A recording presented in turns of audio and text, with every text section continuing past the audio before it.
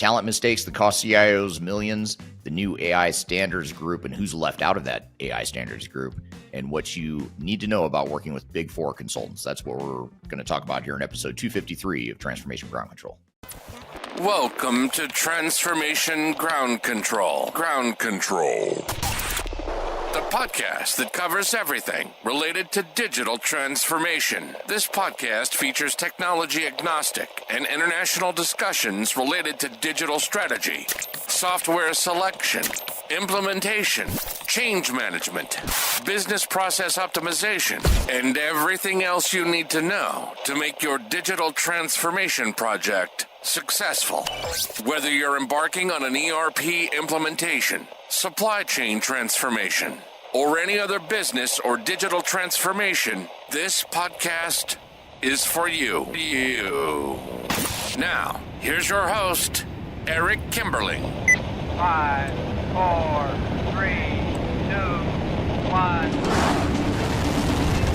Ground control to Major Tom. Hello, welcome to Transformation Ground Control, the tech agnostic podcast that covers everything related to digital transformation, including strategy, people, process, and technology. My name is Eric Kimberling. I'm the CEO of Third Stage. We're an independent and tech agnostic consulting provider that helps clients throughout the world with their digital transformation journeys. And joining me, as always, is our co-host, Darian Chwialkowski. Darian, thanks for being here. Yeah, thanks for having me. I'm excited for today. Yes, great show. We're going to cover some really cool stuff, especially if you are a consultant or if you work with consultants. This is going to be a great episode for you. We're going to, first of all, we'll talk about, so we'll get to some social media questions to start off, and then we'll get into some newsworthy topics. Two things in particular on the newsworthy topics front. One is that everyone but Meta is in this new AI standards group. So we're going to talk about that and what it means to Meta and just AI standards in general.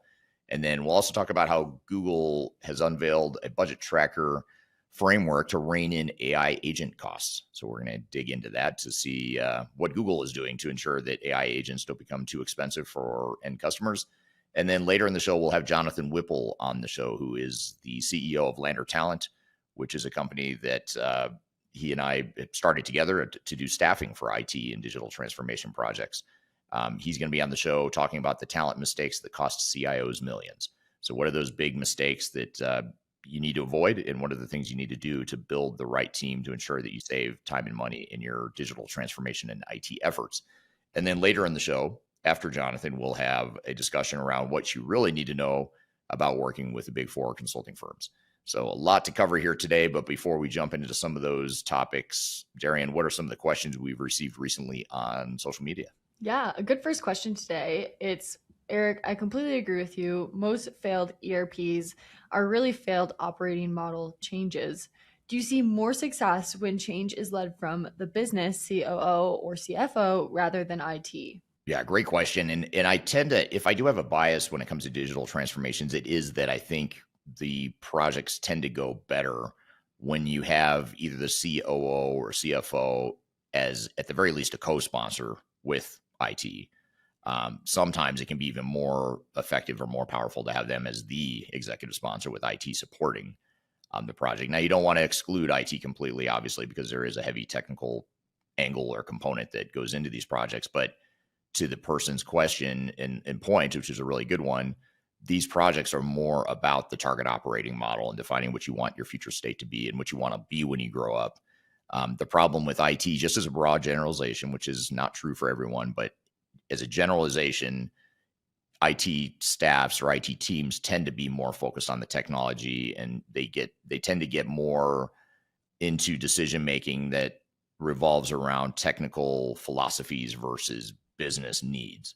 So in other words, you're more likely to get an IT person who's a purist about, cloud first. I want this to be a cloud first solution, or I want a single ERP system that's fully integrated because I don't want to have to build out the IT staff to support a best of breed environment, let's just say. And that may or may not be the right answer for the business, but what's more important is what's right for the business. It might be that things are a little bit more difficult for the IT staff to support what the business needs or wants. And IT staffs they tend to drink the Kool-Aid a little bit more when it comes to, strengths or biases as it relates to certain types of technology or software vendors.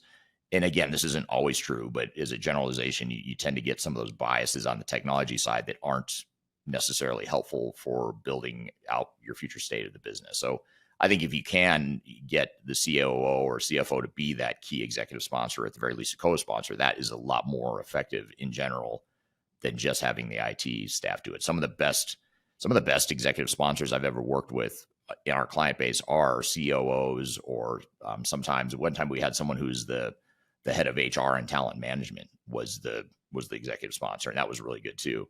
So some of the best executive sponsors, in fact, there's 2 or 3 that come to mind as the best executive sponsors, the strongest at what they do. They knew very little about technology, but they knew the business really well, and they understood the culture. They understood what the organization was trying to accomplish. So I think there's something to be said for that strong business knowledge. Yeah, absolutely. Our next question today is more on the career side of things, which is, Eric, do you need to learn JavaScript before jumping into ServiceNow? Or can people start without it and learn along the way? I'd say, generally speaking, whether it's ServiceNow or really any technology solution, you don't necessarily need to know the detailed programming language behind it or the development language behind it. Of course, if you're a developer, you do. But if you're a functional consultant, I mean, there's a lot of demand for just functional consulting, people that know how to use the software, they know how to configure it. Maybe they don't know how to code or how to develop in it. But in today's day and age where customization is becoming increasingly frowned upon, and there's more of a focus on leveraging technology out of the box and off the shelf. Knowing the development language behind technology is probably less important today than it was 10 or 20 years ago. So I think there absolutely is a way you can jump into your career without knowing detailed programming languages. Yeah, absolutely. Well, some great questions today, but I want to switch gears and get into our first newsworthy article of the day. This one is about Meta and super interesting with a quick update. So here's a quick version of kind of what's happening with them right now. There's a new AI standards group that just formed with a bunch of major tech and enterprise vendors, and one notable company isn't participating, which is Meta. That's important because standards groups aren't just about collaboration. They're about who gets to define the rules. Those rules often shape regulation, procurement requirements, and how CIOs evaluate vendors. Meta sitting this out looks a little bit strategic. They've leaned more open, fast-moving AI models and formal standards that can slow down or force constraints they don't want yet. Meanwhile, enterprise vendors do want standards, and it reduces risks, makes compliance easier, and gives buyers something concrete to rely on, especially in regulated industries. So the bigger takeaway for CIOs is this: AI is moving out of the experimental phase and into more core infrastructure. And once something becomes infrastructure, standards, regulation, and vendor power dynamics follow. This isn't really about Meta, but it's more so about who gets to write the rules for enterprise AI and how that could impact innovation, control, and vendor lock-in over the next decade. Eric, with this, who actually benefits the most from these AI standards? And are these groups protecting enterprises or protecting vendors? It's really interesting.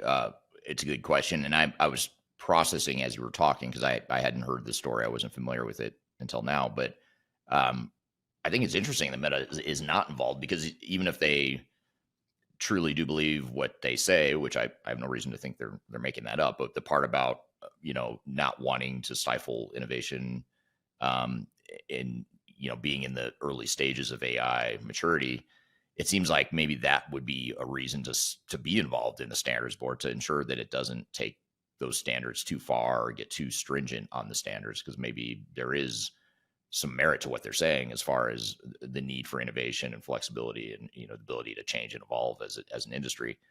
So that part surprises me, but who knows? Maybe they've got a good reason, a good competitive reason why they want to stay away from that. But the part that I'm less certain of is your second part of your question, the vendor lock. What is the purpose of the standards board? Is it to favor vendors, or is it truly to create a friendly environment for AI in general, not just for a vendor lock perspective. But I guess, the thing that I think we have to be careful of as an industry, especially with AI, that AI has so much flexibility and so much it can do. There's only so much standardization you can put in place around some of these technologies. And I think AI has the opportunity to create a lot of flexibility and a lot of competitive ways that businesses can be using AI if they do it right. So if you get too standardized, you're sort of watering down or diluting the benefit of the potential benefit of AI. So that part I don't quite get or understand, but it is a good question and worth discussion in the industry for sure. Yeah, absolutely. And do you think that AI standards might reinforce vendor lock-in, or what do you think is going to happen with that? I don't know. It sounds like maybe that is the intent because I think the more standard you make software, or that a vendor would make software, the easier it is to get a broad, large population of businesses to standardize or conform to the software so that they can get you locked in and get those recurring subscription revenues, maximized for their own self-interest. So I think I would assume that the intent is to tilt the playing field in favor of the technology providers, not necessarily to make things better for customers. But that's pure speculation on my part. I don't know enough about this particular standards board to know, but just based on how the overall cloud and enterprise tech space has been working recently and pushing so hard to get people to use standard software in the cloud that they can scale and maximize their own revenue, for the tech vendors, makes me think that it's probably, the standards board is probably another step in that direction to help ensure that they can maximize their own revenue. For sure. And how do you interpret like a major AI player opting out of this committee? I don't know. It's either it seems like something that's either a really bold, smart move or it's a terrible idea. I feel like it's not in between. But I don't know which one it is. On one hand, it's Meta, it's Mark Zuckerberg. They're a huge company. Obviously, they have a lot of influence on their own. Maybe they don't need, the other players, or maybe they feel like, they have more to give to the standards group than they would get from it. That's all I can think is maybe, maybe that standards group is good for some of the smaller players that want to, gather together to create what they think the standard should be. But could be the Meta wants to charter its own course, and it might be a good idea. I mean, I feel like Mark Zuckerberg is a pretty smart dude, and I feel like Meta's done pretty well as a company. So I feel like they probably have some pretty strategic reasons behind not being part of it. But it definitely wouldn't be the first time you have a tech company that opts out of a broader, industry movement because they want to be different or they want to set the tone or set the pace for what they think it should be. So I don't know. I think it's probably a good idea. It sounds like a smart thing, but I don't know the nuances behind it. For sure. And last thing, what do you think CIOs should do before standards become mandatory? Say that again. What should CIOs do to do what? What do you think they should do before standards become mandatory? Oh, yeah, I don't know. I guess I'd be curious to know if those standards are going to become mandatory. Yeah. I suspect they probably will at some point. I imagine that just because AI is going to have the possibility of displacing workers, and it has the possibility to negatively impact, in the short term at least, negatively impact people's livelihood or well-being in the forms of perhaps lost jobs or lost economic opportunity. I feel like that for that reason alone, the government at some point will end up having to, or feeling like they have to regulate it or create standards or enforce certain standards. But to Meta's point, that will absolutely stifle innovation and perhaps competition as well. So I think the intentions might be good, but it seems it's like something that will probably create problems for the AI space. But I think AI, what I worry about with AI is it is stoking a lot of fear. Even just in recent weeks, recent months, you hear of these companies that are alleging that they're laying people off or going to lay people off because of AI. Now, there's questions on, is it really, are you just blaming AI and maybe the economy's bad or your business is weak and you're just blaming it on AI? Or, trying to spin it as something positive that's in your control and this is a good thing that you're laying people off? Or is it because your business is soft and, your business isn't doing well? I don't know. But so either way, regardless, though, it creates a lot of fear amongst people, I think, in general. And I think as people get more and more afraid and as people start to get displaced or blamed for displacement because of AI, I think that's when the government inevitably will have to step in or feel like they have to step in at some point. Yeah, absolutely. It's super interesting. It is. But I want to kind of switch gears to our next newsworthy article of the day, which is about how Google unveils its budget tracker and BATS framework to rein in AI agent costs. So essentially, what is happening is Google researchers just launched two new tools, the budget tracker and a framework called BATS, designed to help AI agents manage their compute and tool calling costs in real time. The budget tracker actually inserts budget awareness into agents' reasoning loop. So the agent knows how much to compute and tool usage it's consumed and how much it has left. That helps prevent agents from going off on expensive, resource heavy logic loops that can balloon costs. BATS, short for budget aware test time scaling, builds on that by letting multi agent systems decide when to dig deeper on a promising strategy versus when to pivot, optimizing cost versus value. This matters because autonomous AI agents are quietly driving enterprise AI budgets way up. Many CIOs are struggling with the unpredictable costs as agents make multiple tool calls and recursive loops without any cost governance. By giving agents real-time cost feedback and a way to adapt strategy under a budget cap, these tools could finally help enterprises get a handle on the total cost of ownership for agent deployment instead of being blindsided by a runway of compute bills. So, Eric, with this, is real-time budget awareness the missing piece for enterprise AI governance? And how big of a deal is it when agents start thinking about costs while they reason? Well, I think the intent sounds good in theory, like as though it might help contain costs for end customers, because I think that's the thing that I worry about as it relates to vendor lock is once you get locked into a certain vendor, let's just say it's a cloud solution. Now you're locked in. You've got this fixed cost now that isn't going away. It's only going to escalate over time.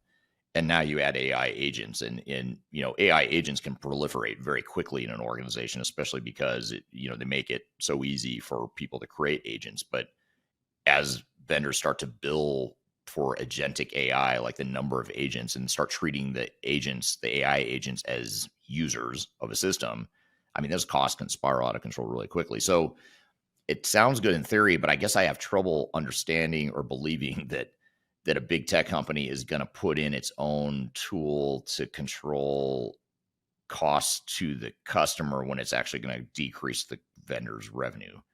It's almost like the fox guarding the hen house. Like, trust us, the AI agents are going to contain their own costs. Like, why would the AI agents control their own costs? Or it'd be too easy to say, well, they're going to try a little bit. We're going to make sure it doesn't try too hard to save costs because we still want to generate revenue for our company. So I'm not sure that I believe it. I guess would be the same. I have no reason, they haven't, I don't want to accuse anyone of lying, but I have trouble believing that will stick long term, but it sounds good in theory. And if there is an altruistic drive behind this and they can stick to it, that's great. I just have trouble believing that that's going to stick long term. Yeah, that definitely makes sense. But I guess, what does this mean? Like, let's say it does stick. I'm going to play a little bit of the other side here. Right. What does that mean for multi-agent systems? Can this help prevent agent chaos, or like where nested agents maybe trigger like spiraling costs potentially? Yeah. I mean, if it's a matter of like not sucking up a bunch of computing power that it doesn't need or that could be optimized, then yes, I think that's true. And that's actually, when you first were telling me about this article, I was thinking that that's what they're referring to as reducing, like Google reducing their own costs, not necessarily costs to customers. So that's what I thought at first, but it turns out it sounds like it's actually trying to save their customers money. So I think it's actually a cool idea, and I like it, and I hope it does stick. So I hope I'm wrong, but I think it could have a big impact on customers' IT costs, because those can get pretty gnarly pretty quick. I saw a stat that just the other day. It was a stat that there's, I think 90% of CIOs or 90% of organizations are apparently investing heavily in AI in 2026, but it's all going to be incremental. So in other words, it's not replacing. They're not like taking money from other places to pay for AI. It's incremental spending that they're adding on top of what they were already going to spend on, ERP or whatever systems they already have in place. So, so I do think that, companies are getting more serious about investing in it. So I think being smart about how they spend the money is a good thing. Yeah, absolutely. Well, it's super interesting. I found both the articles today super interesting for sure, but I'm excited to get into today's conversation. Yeah, we're going to bring Jonathan Whipple on the show. He's been on this podcast, I think once before, maybe twice. And he has been on talking about things related to talent and culture and building the right internal teams. And he's going to be back again today talking about some of the biggest mistakes that CIOs make when it comes to building teams that can cost them millions. So we're going to talk about those staffing mistakes, whether you're building your own internal team and or bringing in outside resources to help to support your project. Some of those mistakes that you make in that hiring or recruiting process can cost you a lot of money, especially if you're in the middle of a big spend project like a digital transformation or ERP or an AI project like we were just talking about. So we're going to bring him on the show. We're going to talk about those talent mistakes that can cost leaders millions of dollars. And then later in the show, we'll talk about what it's really like working with Big Four consulting firms. So stick around. We've got a lot more to cover. We'll be right back with more Transformation Ground Control.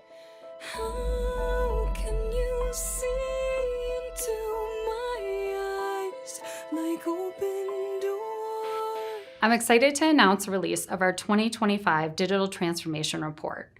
It's available now on the Third Stage Consulting website, www.thirdstage-consulting.com. This report gives you an unbiased, technology-agnostic insight to help you optimize your organization's projects for success. Get your copy today using the QR code in front of me or on our website. I want to encourage you to read our Guide to Organizational Change Management. It's a free report or a free guide that we published. It's one that I actually wrote that talks about best practices and lessons learned as it relates to change management. So as you know, on this podcast, we cover a lot of stuff related to the human sides of change, organizational change management, including training, communications, org design, all kinds of stuff as it relates to change management. So if you're trying to learn more about change management or you're looking for more direction and ideas on how to get started on your change management strategy and your overall journey, be sure to check out this guide. You can read it by scanning the QR code on the screen in front of you or in the links below for this particular podcast episode.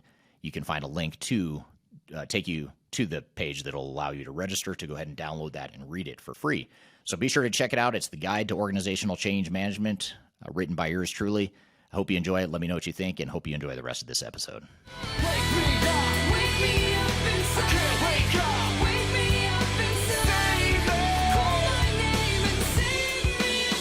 Hello, and welcome back to Transformation Ground Control, episode number 253. This is the podcast that is tech agnostic, covering all things related to strategy, people, process, and technology. My name is Eric Kimberling here with Darian Chwialkowski. You can find new episodes of the show every Wednesday at transformationgroundcontrol.com. You can also see past episodes of this show by going to transformationgroundcontrol.com. The show is sponsored by Third Stage Consulting, an independent tech agnostic consulting firm that helps clients throughout the world with their digital transformation journeys. If you'd like to learn more about us and how we can help you in your digital transformation journey, please feel free to reach out to me. I've included my contact information below. So our next guest, our first guest of the show, I should say, is Jonathan Whipple. He's the CEO of Lander Talent, which is a tech agnostic talent and staffing firm. So if you're an organization that is looking to hire internal resources or maybe bringing in outside contractors or potential contract to hire resources for your project, Lander Talent is a company you want to know. And Jonathan's a person that you want to know because he can help with that stuff. He and his team can help with that. So all that being said, Jonathan, welcome to the show. Hey, thanks for having me on, Eric. Yeah, absolutely. Thanks for being here again. And before we jump into the talent discussion, tell us a little bit about Lander. It's a company you and I have started together, but you're the main brain behind it. So tell us a little bit about what Lander does and how it fits into the overall marketplace. Yeah, I mean, we find the best IT and ERP talent in the market and fill roles. We are very, very, very focused on impact and helping organizations really right the ship, so to speak. Yeah, absolutely. Now, tell us a little bit, if you don't mind, tell us a little bit about your background. You have such an interesting background. That's the non-traditional route to end up where you are here today. I don't know anyone who's ever said, "Hey, I want to be an ERP recruitment expert" as a kid. and I don't know if that was your case, but it sounds like you had maybe a detour in life that kind of sort of led you here. Tell us a little bit about that detour and how you ended up in this space. I'd like to say that growing up, I was just like sitting on my bed dreaming of digital transformation and helping, helping folks with implementations. But you're right. There was a big detour. So the first part of my career was producing television, and in reality TV specifically. So I worked in casting, and it was finding the right person for the right role. So you can see the overlap. The difference there is, I was looking for people who wanted to win $1 million or get married at first sight, or transfer their career from, say, Grammy award-winning artist to television host. So it was a lot of fun, but I mean, I was ready for a new challenge, and I guess you could just say I like finding the right person for the right role. I want them to avoid the wrong role. Right. Yeah. And I imagine coming from that TV background too, it's so there's so much, I imagine, psychology and chemistry and things you've got to look for that are not, you're not looking at people on paper. You're looking at what's going to drive ratings or what's going to make for an interesting story or an interesting show. So I imagine that those nuances of finding that kind of talent, I imagine that would help you quite a bit here in this space, in the IT space. I think it's my unfair advantage. Not everybody has that experience of interviewing thousands of people and putting 10,000, 100,000 hours into interviewing day in and day out. But you really start to, your pattern recognition becomes very strong. And it's like I said, it's an unfair advantage. And I love helping companies with it. So, yeah. Well, I'm glad to hear that I'm not the only person in this industry that did not dream of being an ERP consultant or a digital transformation expert. That was not what I was dreaming of as a kid. Oh my gosh. I'm shocked. I thought you would have had it like in your journal, man. Like, yeah, just my vision board when I was 5 years old was yeah. To be a digital transformation consultant. So of all those shows you worked on, do you have like a favorite show that you had the most fun working on, or you had the most staffing for? Because you've worked on some really interesting reality shows. I mean, my favorite, because like going back to being a child, Lego is such a core part of who I am. I mean, there's even I think over my shoulder here, you see like a little Lego Boba Fett. I did a show called Lego Masters, which is a competition show about building Lego. My son loves Lego. My wife loves Lego. So being able to tap into something that's such a part of who I am and who I was as a kid. I did Lego Masters was really a standout for me personally. So you kind of did live your childhood dream, doing the Lego show. Just ended a up little bit. It led you to something even cooler, which is digital transformation, right? Yeah, exactly. Well, I want to say hello to some of the people joining us from in the audience here today. Someone on LinkedIn, and I apologize, I don't see the name, but someone joining from Copenhagen in Denmark. So thanks for being here. Someone on YouTube joining from Dallas. George is on LinkedIn joining from Nairobi, Kenya. Sandra is joining on YouTube from Chicago. Thanks for being here today. And then Carmen is joining us here today. I think she's in Chicago, or I know her. She lives in Chicago. I don't know if she's there right now, but Carmen says, I loved Lego Masters. So you're not alone here. You've got some fellow Lego Masters fans here. Carmen also says people strategy is very important. Understanding people and having EQ is key. And I guess, that's a good segue into a first question here. When we think about hiring people for an IT, whether it's an IT project or you're trying to hire someone for your IT staff, like an architect or a business analyst, whatever it is, it's easy to really get not bogged down, but myopically focused on what's on the resume, what's on paper. Do they have the right skills? Do they have the qualifications? Do they know the right programming language? Whatever. What are some of the EQ types of nuances you look for in terms of emotional intelligence or just overall EQ? What are some of the things you look for when you're trying to find the right person for the right job? Great question. And I totally agree on the EQ front, Carmen. When I'm looking and trying to identify EQ and anything in the soft skill arena, it starts with that initial call, maybe even an initial message. How does that conversation flow on the screen, or on your phone, if you're texting, email, whatever it may be, but it gets to that first conversation. Are you connecting, and how how are you connecting? You know, is it a thoughtful conversation, or is it somebody that's just attempting to get as much information to you as possible? Because if we're having a conversation, or you're having a conversation with a hiring manager, whoever it may be, you're having that conversation for a reason. They're probably aware of what your experience is. So a big portion of this is connection and chatting with somebody. Like you're chatting with them over coffee, but like a really serious coffee, you know? Right. I think it comes down to connection. Yeah. Yeah. And it's hard to put your finger on that, and you're not going to see it on a resume. Yeah. Cause it's so much about feeling, and it's going to depend, you know, on the other person on the other end of the line. You know, like you're not going to connect with everybody. I mean, maybe you are. If you connect with everybody and you have all the digital transformation skills in the world, please send me your resume. Right. please. Like you're in the highest possible demand. But connection, and yeah, I think connection is the core of it. Yeah.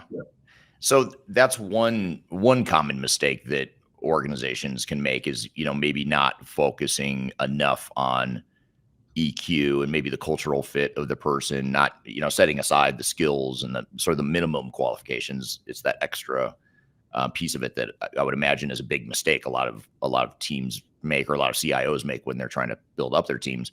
What are some of the biggest mistakes that you see CIOs make when it comes to building out their teams internally and or externally?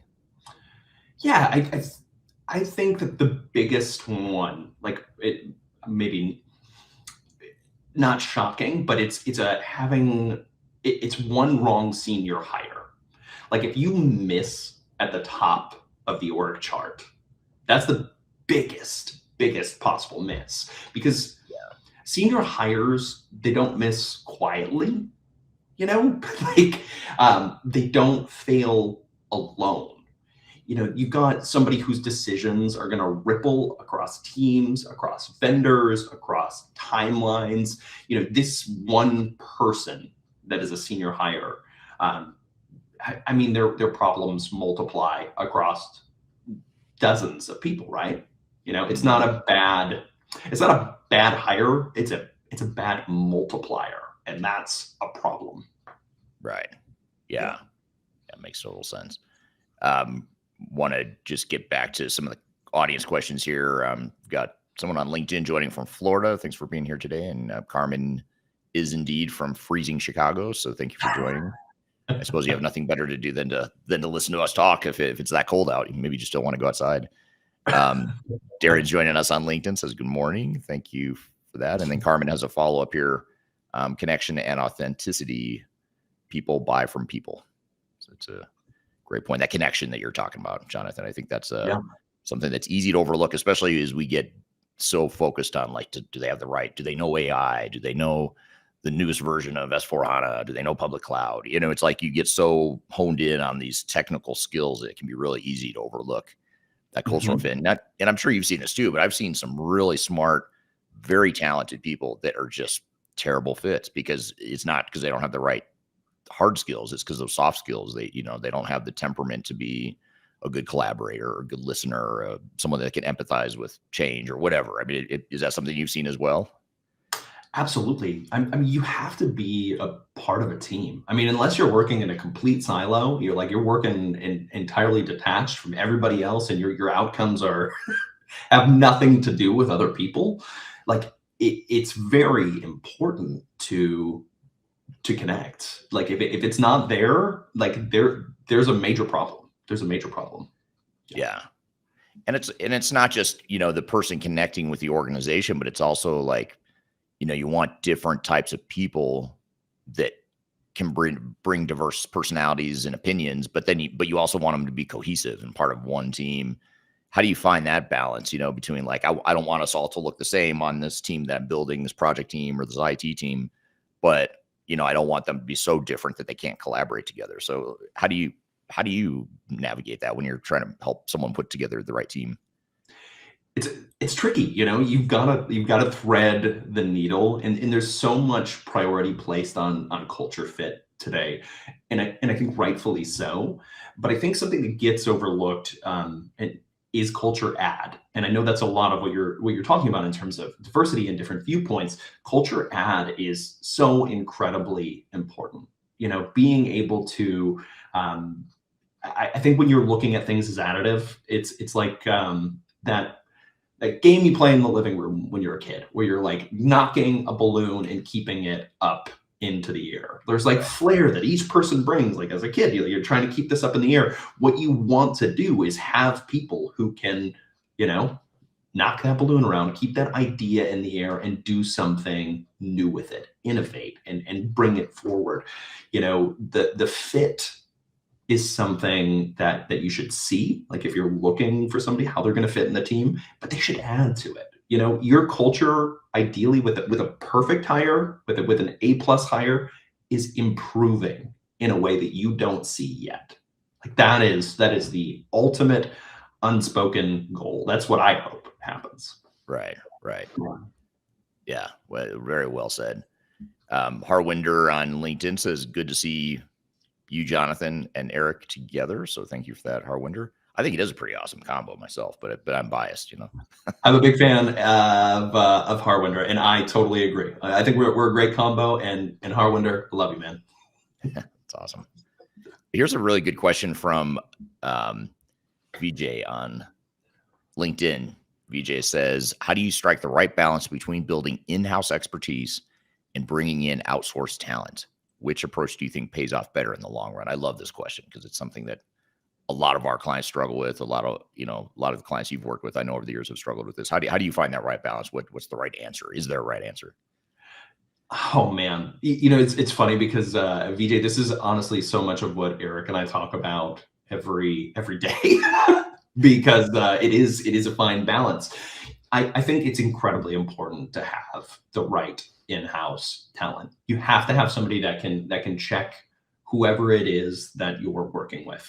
Like the external talent is incredibly important, and it's always outcome driven, trying to reach a deadline and trying to hit a goal. And that's important. That's, if you're in the middle of a digital implementation, that's everything.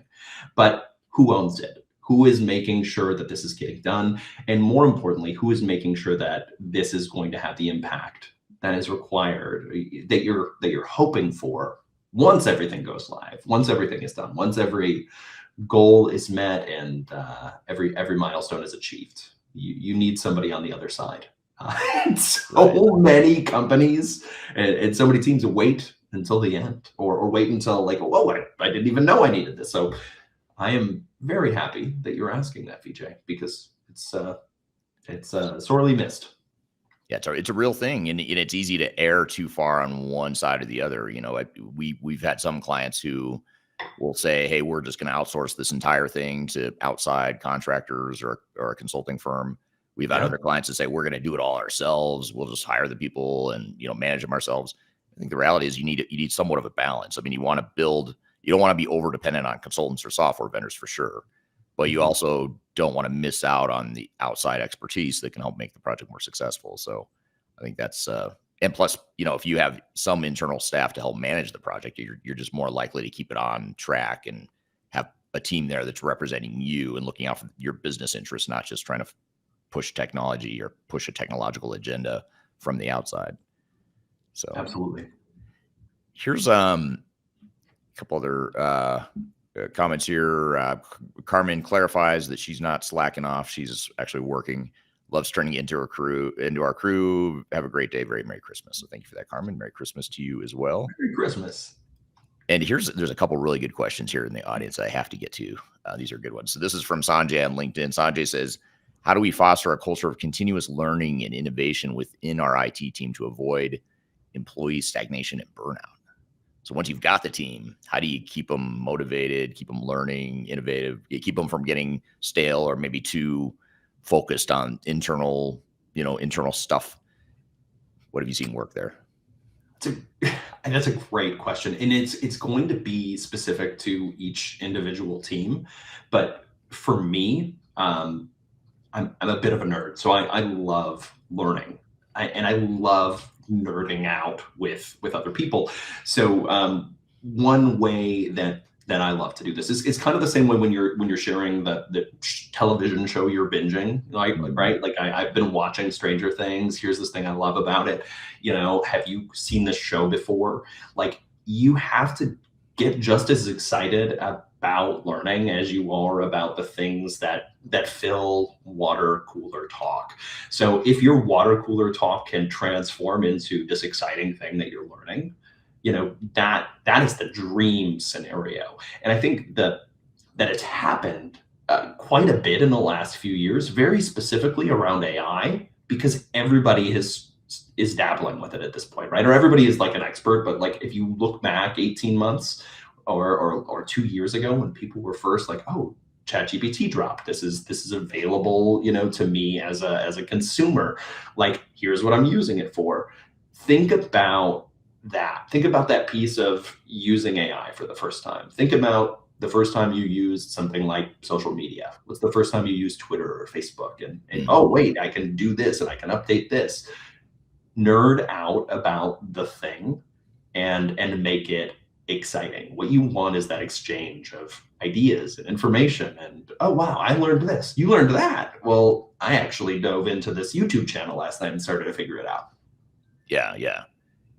You're kind of alluding to a passion, and it sort of gets back to the cultural thing you're talking about too, or the EQ. When you're building a team, you're speaking at it from the perspective of, if you're a candidate or if you're a team member, stay excited, share the excitement, make it contagious, all that good stuff. But same with I imagine when you're recruiting people, if you can find someone who has that thirst for knowledge and is constantly trying to get better and understands that they don't have all the answers, I think that's really important too. Like someone that understands that I can always be better. I can always be learning something new. I don't have all the answers because things are changing so fast. I think all that stuff's important. Absolutely. Yeah, very cool. And then here's a juicy question from Sandra on YouTube. And she says, do you believe that the use of applicant tracking systems in selecting candidate pools has contributed to hiring mistakes? Especially, I might add to that too, the layer of AI, because I think it was Workday. I can't remember if it was Workday or if it was Oracle Talent. One of the big HCM solution providers in the market, I think, got sued, or they acknowledged that there was bias in their AI screening process or whatever. What are your thoughts here on applicant tracking systems? Does that create any sort of biases or hiring mistakes? Have you seen that be a problem in the past? It's interesting because yes, I have not firsthand, but it's one of those like one of those war story things that are shared from between recruiters. At least not in the way that I use an ATS myself, because it's more a person moving along the actual process. Like, here's where they are, they've applied, like, okay, now they're in the first interview. I'm using it more from a visual standpoint, but there, as you mentioned, there have been lawsuits. There are biases built in, and unbeknownst, right? Nobody's building a tool and trying to make it have a bias in the first place. But certainly, yes, Sandra.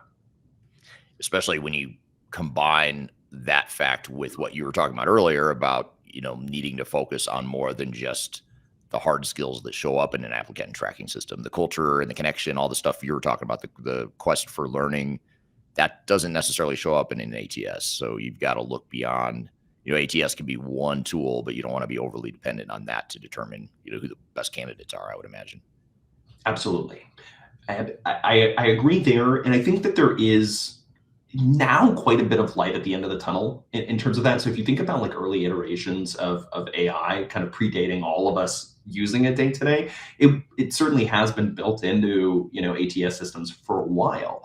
And that it was young, rudimentary technology that's really looking at how long has this person, like looking at dates and looking at titles. So now, thankfully, there's a lot more nuance to AI inside of ATS that it's able to find things better. But yeah, I think we've got a ways to go as well. Yeah. Here's a comment from Scott on LinkedIn. Scott says, I believe leaders find out what makes each person tick. They tailor the rewards at the individual level. When you think back to your favorite boss, I bet it's because you felt understood by them and valuable to them. The team is a wrapper that groups individuals.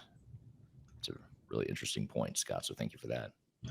I totally agree. I totally agree. If you've got a leader that is tailoring incentives and rewards to you as a person, that is the dream. That is the ideal. Like, I think I said this morning on LinkedIn, but like the major perk of your job isn't the compensation. It's like the best possible perk is feeling great at 10 a.m. on Monday morning. Like that's where you want to be. Like, I'm enjoying this. I'm having fun doing this. Yeah. I like being here. I'm not thinking about how I'm sad because the weekend's over. I'm actually enjoying this. Yeah, I'm here and I'm excited. Like, that's what you want to do. And if Scott, if that's what you're bringing, who are you hiring? I got a bunch of people for you, Scott.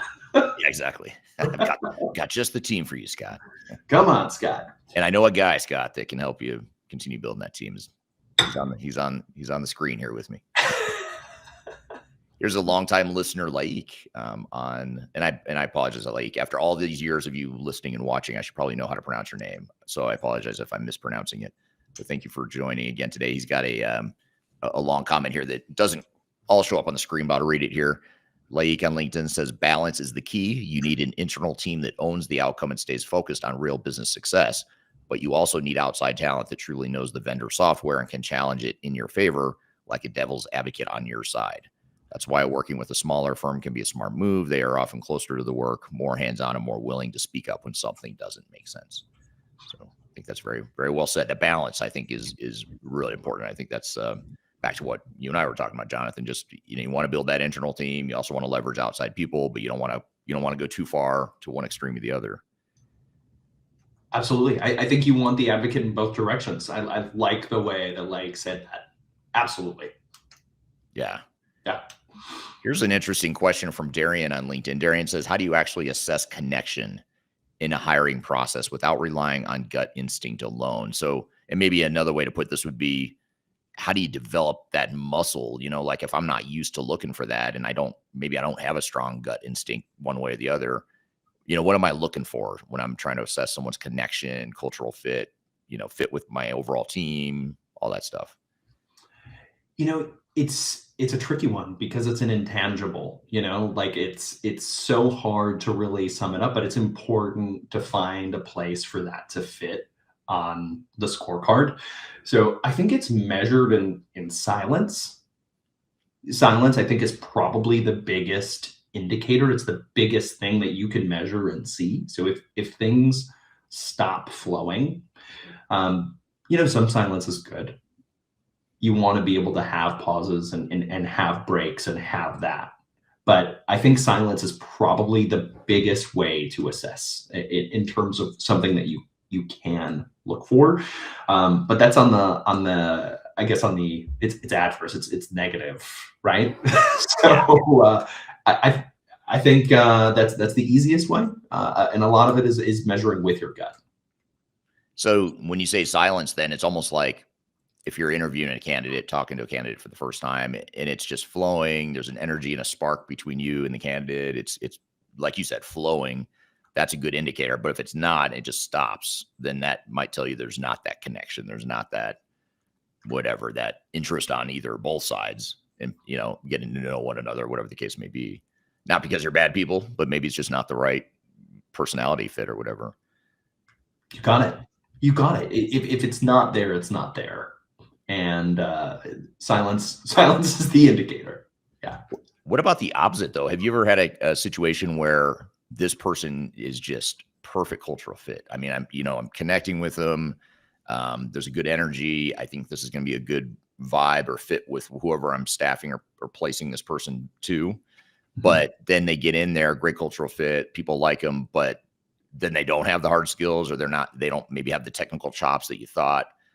So in other words, is it is it common to get blinded by strong cultural fit, that you get blinded to the fact that they don't have the technical competencies or the hard skills? So it's sort of the opposite of what we were talking about. So yes, I have seen that happen. And it's a double-edged sword, right? I think the way that I look at things is always if the connection is there, the skills can be built. I mean, unless, I'm hiring a doctor, and then like that requires so much time to get to that point. But I've built out teams myself where the people underneath me did not have the skills on day one. The soft skills were there in spades, everything you could have ever hoped for, and then it really comes down to development. So I think that is incredibly important, and that kind of comes back to, I guess we haven't chatted on this, but onboarding has to be right. Here are the outcomes. Here is what we were looking for. Here are the goals for 30, 60, 90 days. Here's where I hope you are a year from now. That all has to be very, very, very clear, especially when you're hiring solely on a vibe check. If it is that vibe and that connection, and that is somebody that's going to be additive to your culture, that's way harder to find than somebody that has the actual skill. But you need a great leader up top who can then actually build that team and make sure that those skills come to fruition and develop over time. Yeah. Yeah. I know for me, that's in this overall question about, cultural fit and, what if you have the cultural fit, but not the tangible hard skills fit? That's the hardest thing for me as a leader to navigate, honestly. Cause it's like, if I know someone's a good cultural fit, but they don't quite hack it in terms of the technical hard skills, that's really hard for me. Like, I'd struggle with that as a leader because I will err on the side of cultural fit to a fault sometimes. And we actually had one person that was with our company, a guy I love. Like, he's a great guy and really good cultural fit. He's with us for a few years, but as we grew, it just got to the point where like it just wasn't a good fit, like for the skill, the hard skills. And that I really struggled with that. I probably waited too long, to move forward with what needed to happen there. But that it's a hard one. So I struggle. So this is interesting for me because I do struggle with that quite a bit. I think I learned a long time ago, though, not to focus solely on hard skills, which is good. But there are times now where I almost like I overcorrect and go too far the other way. I'm here with Jonathan Whipple. We're talking about talent mistakes that can cost CIOs millions. We've got a lot more to cover. We'll be right back with more Transformation Ground Control. Hey, feeling good, like I should. When in dark, walk around the neighborhood, feeling blessed. I want to share a little bit of information about Third Stage Consulting and who we are. Third Stage Consulting Group is an independent, technology agnostic provider of consulting services to help clients through their digital transformations. We help with digital strategy and software selection, as well as implementation planning. And during implementation, we provide services related to program management, organizational change, business process improvement, as well as enterprise architecture. These are just some of the services we provide. We have offices in North America as well as Europe and Asia Pacific. So if you'd like to learn more, I encourage you to check out our resource center, which includes a number of resources that will help you through your digital transformation. And you can access that for free using the QR code here or the links below. You can also reach out to me directly if you'd like to discuss your digital transformation and brainstorm ideas on how to improve where you're headed on your journey. The last thing you want to have happen is for your digital transformation to end up in court.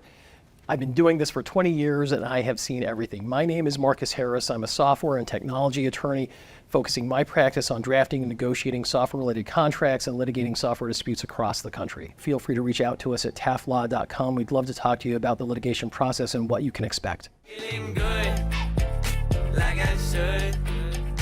When in dark, walk around the neighborhood, feeling blessed, never stressed. Got that sunshine on my. Welcome back to Transformation Ground Control, episode number 253. My name is Eric Kimberling, here with Darian Chwialkowski, and I'm here with Jonathan Whipple, and we're talking about talent mistakes that can cost CIOs millions. Good stuff. So I want to say hello to Passer on YouTube, joining from Poland. So thanks for being here today. I don't know why. I've noticed recently a lot of people from Poland are starting to follow me. So apparently I'm huge. You and I think are becoming huge in Poland, from what I understand. Poland, we're on our way. We're coming. Yeah. We're coming to a town near you. Yeah, Warsaw. We'll have an office here soon. Oh yeah.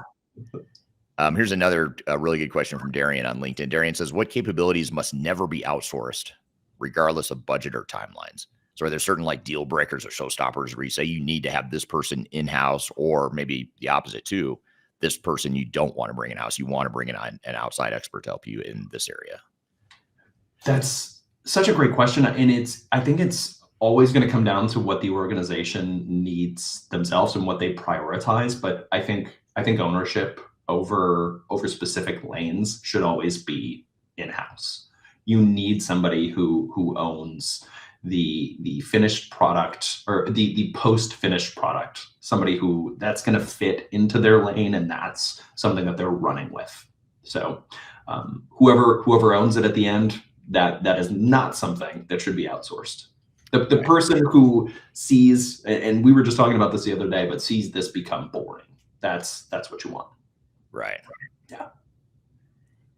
Now, okay, so we've talked about a lot of different mistakes that could cost CIOs millions. And one we haven't gotten to yet that you and I have talked about before is, and we haven't talked about it yet today though, and that is that rushed fill. That, I've got a project, for whatever reason, I'm in a rush to start it. Maybe my vendor's pressuring me because they're going to bring in all the consultants next week, and I've got to get my team mobilized and ready. Tell us about rust hires? Like, do you see that often? What are some of the pitfalls there? What are some of the consequences of that? Tell us about this, because you want to act with a sense of urgency on one hand, but on the other hand, getting a wrong hire internally or externally can be very costly. So what's some advice you have there? Urgency is usually how bad hires sneak in. On the staffing side, I like to fill things as quickly as possible, right? I like to move fast, and that is important. But there's a difference when you get to the point where the pain of the business problem gets louder than judgment. That's how the bad hires start to sneak in. So in those sort of situations, depending on how fast you go, usually, I guess, on one hand, you're moving very fast, but it's going to slow the organization.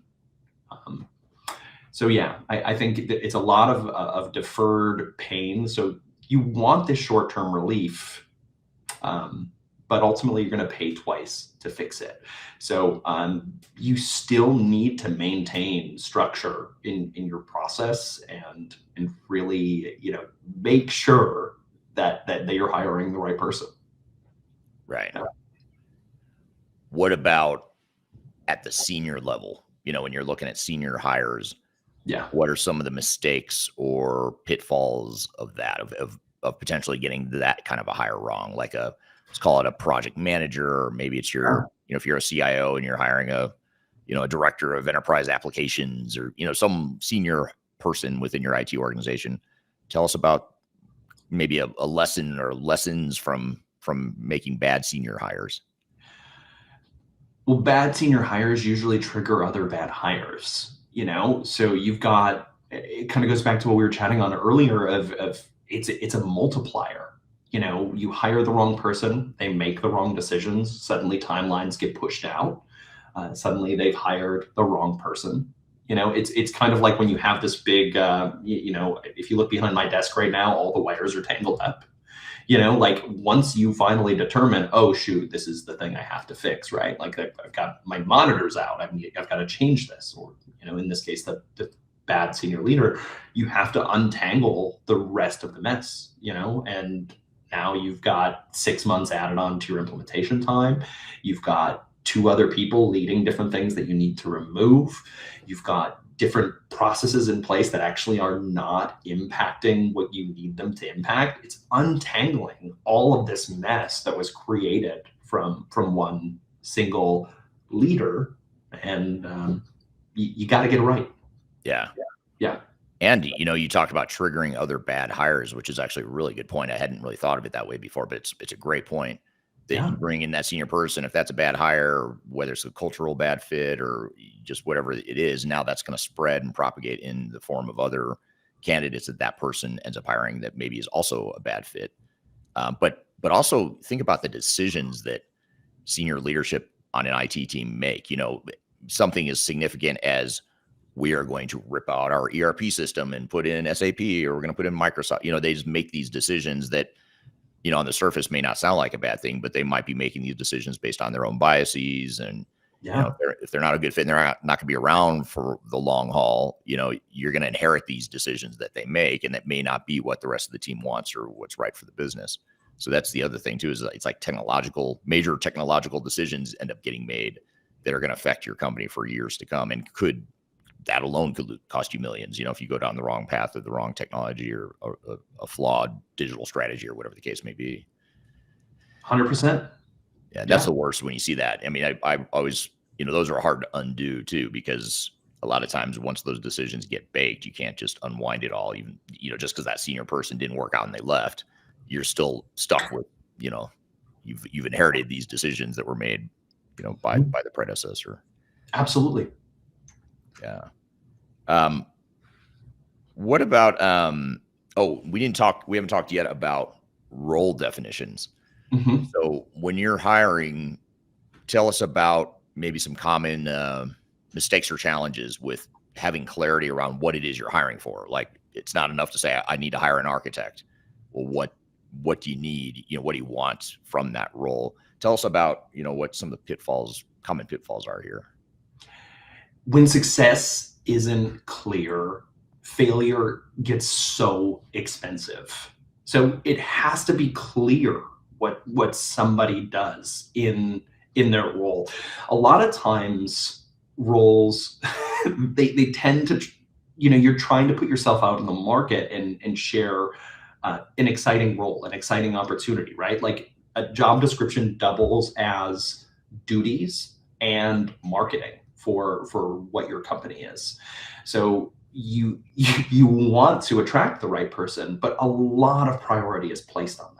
So it has to be clear what the person is going to do, because misalignment causes so much rework, and then rework spreads, just, you know, like a bad senior leader, like we were just talking about, and then time disappears. So you have to start up front and be as clear as possible, because the fuzzier it gets, the more expensive it gets. Yeah. Now, how about you know, from a candidate's perspective? You know, if I'm a candidate and I'm trying to navigate my career and look at, you know, next project moves or staffing moves I might want to make, what would you say, like, what advice would you have as far as what some of the hottest areas are in IT right now? Like, areas that you think are going to be, you know, especially fruitful for candidates and good career opportunities? Are there certain, like, software vendor types of implementations or types of technologies or types of roles that you think are going to be really hot in the next 3 or 5 years we may not be thinking about already? Yeah, I think things that are in the low code, no code space, you know, being an individual that maybe is not traditionally a builder in that sense, having that ability to build low code and no code, I think is something that is going to become more and more important. Being able to create your own, you know, mini solution on the fly.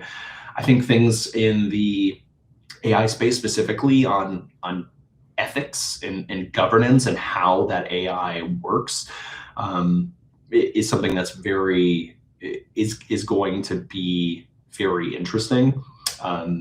But I think overall, anything AI, like it's so obviously everybody's saying it, and you've been joking about it in videos lately about how passionate you are about AI, right?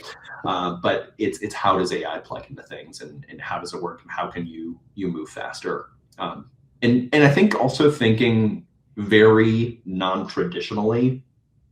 I think I'm trying to think of who coined this, and I think it's Rona Barnett Pierce. It's a term called workfluencer, but it's people who create content. So not necessarily a role, but if you're able to advocate for your company because you have an audience, that is not a traditional role, but that is a place that people are finding space for inside of their organizations. So it's not a clear role, but it is a cheat code, as the kids say. So yeah. Workfluencer. I had not heard that. I was not familiar with it. I love it. It's such a good term. Yeah. It really is. Yeah. Yeah.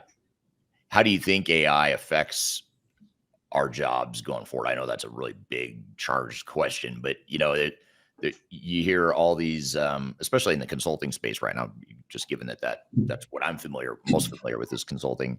There's, for example, I saw Emma Roloff is a digital transformation influencer, a fellow influencer on LinkedIn and TikTok, and she posted a video yesterday about how like McKinsey is saying that they're planning thousands of layoffs as a result of AI.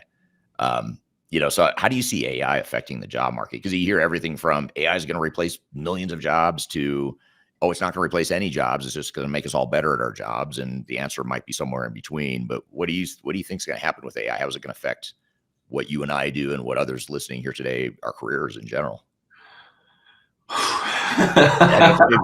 Spend the whole hour on that one question. But. Yeah. Well, what I hope it does is everybody works less and makes more. Like that's what I hope is the outcome. But I think it's kind of this progressive ladder of, we start by using AI and it helps us with our work. And then we move to a point to we're helping AI and then AI takes over. I think is kind of the progression. It's just a matter of how long is that going to take. So I think for the interim, and that interim could be 5 years, 10 years, 100 years, right? Like however long we have in traditional jobs, I think we should use AI to make ourselves faster and have more time to do the things that we want to do. And that might be other projects at work, or that might be other projects at home, like you name it, like, right? Just find your lane. But I think AI is it's all encompassing. So I don't see it taking away, every job, but like as you said it with like Emma's post about McKinsey, you can put together a prompt right now that is like, okay, here's the deck I would have gotten from McKinsey anyway, and and it didn't take tens of thousands of dollars or hundreds of thousands of dollars. It took me it took me a few minutes. So, yeah. I mean, there's also the story in I think it was in Australia involving Deloitte, where the Australian government caught Deloitte using AI and not validating the information from AI to create it was like a $400,000 report that I think it was Deloitte. It was one of the big consulting firms that they had created. And so they're going back to Deloitte saying, hey, we want our money back. Like you used AI to create this. We could have done that. So why are we paying you $400,000 for it? So I think that's something to be aware of in consulting is you do have like, even what we do, like when we do software selections, for example, that used to be like 80% of our revenue, but we're planning for that being 0% of our revenue in the near future because we have to assume people are going to use AI to make these decisions. They're going to do the research. They're going to get the information they need. Maybe they come to us for some human validation or, gap analysis, but those days of like big selection projects for us, we don't see that being around for much longer. But I also wonder, like, if the 3 stages you talked about, like we help AI to start, or AI helps us to start, then we help AI, and then AI takes over. So let's say AI takes over. This is getting super deep here. I'm way off topic a little bit here, but I love it. But it is interesting to think about, like, let's say none of us are working, or a lot of us aren't working because AI is doing our jobs for us. Then do we just get paid anyway? Does the government now need to pay for, take care of us? Do the big tech companies make all the money, and now it's their responsibility to ensure society can live? Like, that's what I wonder is like, okay, AI doing stuff for us isn't a bad thing until we don't have jobs and we can't feed ourselves. Like, that's the part I can't see. That's pretty fuzzy to me, but I don't know if you have any thoughts on that. That's completely out. That was completely not in our script of what to cover today, but since we're here. It's a great question. And like, I guess the economics of it and the philosophy behind it is a really, really, really tricky thing. We're in a free market and in a capitalist society, and like that is what we know and what we work with. I can't imagine how things would need to change if suddenly, are we talking about universal basic income or like, I don't know. I really don't, but I think it's a lot of big questions that might be above my pay grade, but I'm all for it, Yeah. If I can go outside and go on hikes every day, okay. Yeah, as long as we can all survive, I suppose. As long as we can all survive, man. As long as the mortgage is paid, Yeah. But then it's like, do the big tech companies and or governments have all the power, like just way too much, way too much control and power over all of us. That's the It's a good question. And well, who's paying them? Like at that point, if people don't work and don't have income and don't, if universal basic income is the thing, or whatever it is, there's what are they paying for? What are you? It kind of breaks my mind, actually. I'm trying to I'm trying to figure it out, and I don't know.